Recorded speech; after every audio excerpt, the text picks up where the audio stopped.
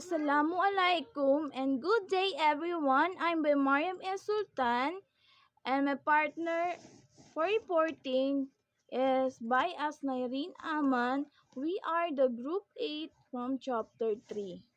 So our topic today is all about what is a nation state, rise dominant nation state in the globalizing world.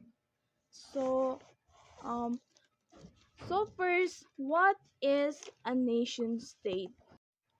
Nation state in a normal usage, the term nation and state are often employed by the scholars of the discipline of social science as having the same meaning and or connotation.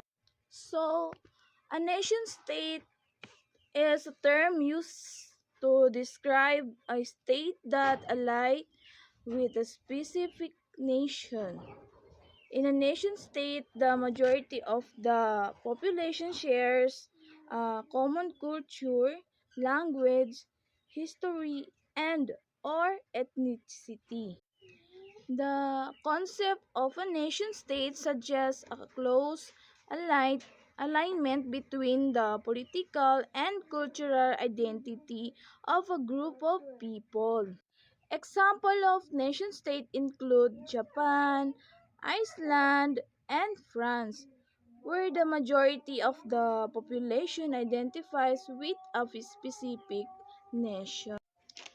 So, nation as a cultural entity, a group of people who speak the same language, have the same religion, and are bound by a shared past and so on by Andrew Hewood 2007.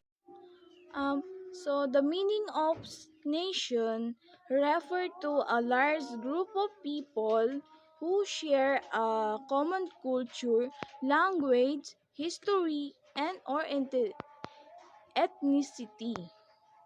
A nation is often characterized by a sense of identity and belonging among its members. For the state defined by Hewwood as a political association that establishes sovereign that jurisdiction within defined territorial borders and exercise authority through a set of permanent institutions. The meaning of state can have different in- interpretation depending on the context. In a general sense, a state refers to a political entity that has sovereignty over a specific territory and exercise control over its population. It typically has a government that enforces laws and regulations. Rise and dominance of nation state. The establishment of the modern system can be tracked back as early as the approval of the Treaty of Westphalia that eventually gave birth to the idea of modern statehood in global politics. So, the rise dominance nation state, the establishment of the modern system or modern international system of sovereign state can indeed be tracked back to the approval of the Treaty Westphalia in 1648. These years of peace treaties ended the 30 Years' War in Europe, and it is often regarded as a significant event in the development of the modern system of international relations.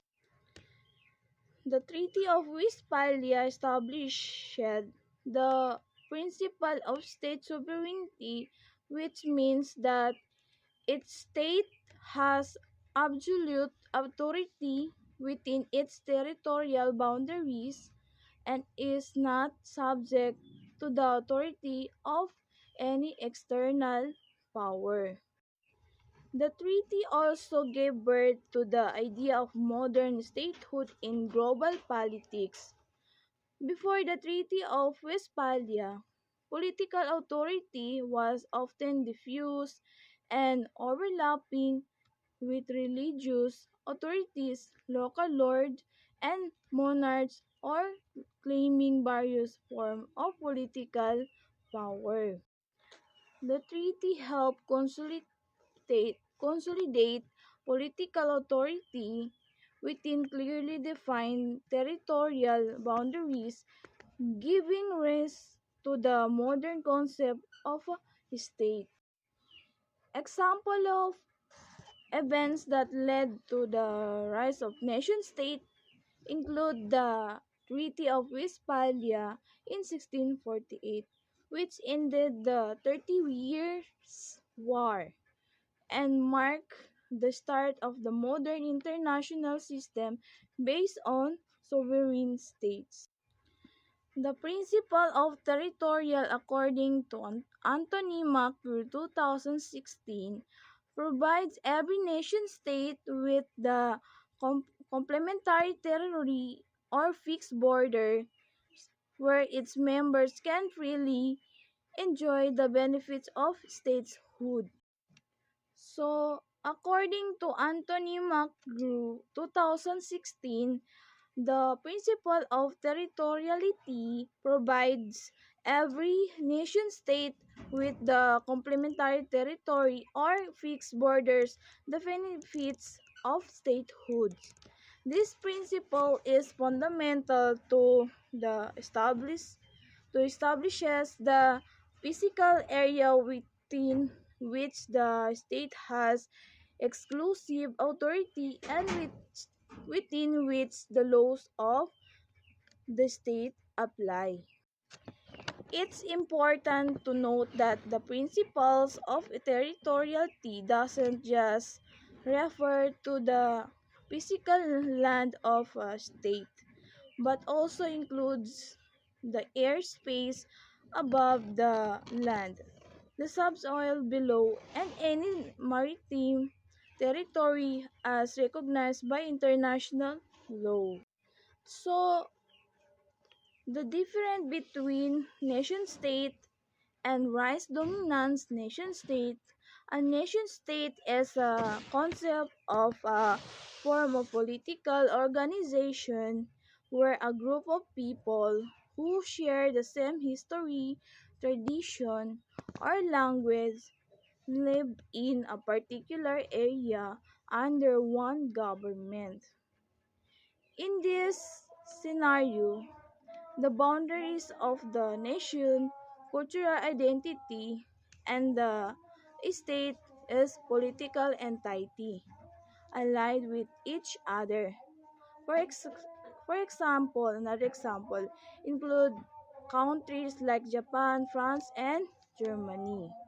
And for the rise dominance nation state, on the other hand, refer to the historical process and period when nation state become the dominant form of political organization around the world.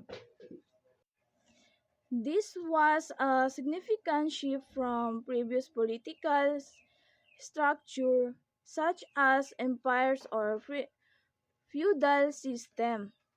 It's about the emergence and dominance of the concept of nation state in the world political order. So, while nation state refer to a type of political entity, res dominans nation state refer to a historical process and period. That is a different of nation state and the res dominans nation state. That's all po. Again, I'm by Mariam A. Sultan from ABPD 1C, Group 8 from Chapter 3. Bye-bye po. Aray.